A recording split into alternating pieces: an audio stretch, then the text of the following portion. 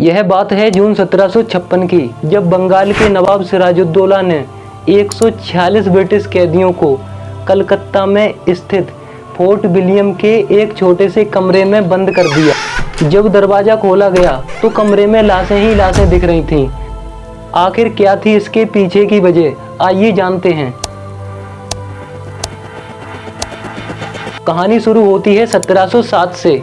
औरंगजेब की मृत्यु के बाद मुगल साम्राज्य तेजी से टूटने लगता है और 1750 तक आते आते मुगलों की पहचान एक नाम मात्र के शासक के रूप में रह जाती है और इसके साथ ही बड़ी संख्या में क्षेत्रीय राज्यों का उदय होता है, जैसे बंगाल के नवाब का शासन, हैदराबाद के निजाम का शासन, अवध में नवाब का शासन प्रारंभ हो जाता है। 1756 में सिराजुद्दौला बंगाल का नवाब बनाया जाता है।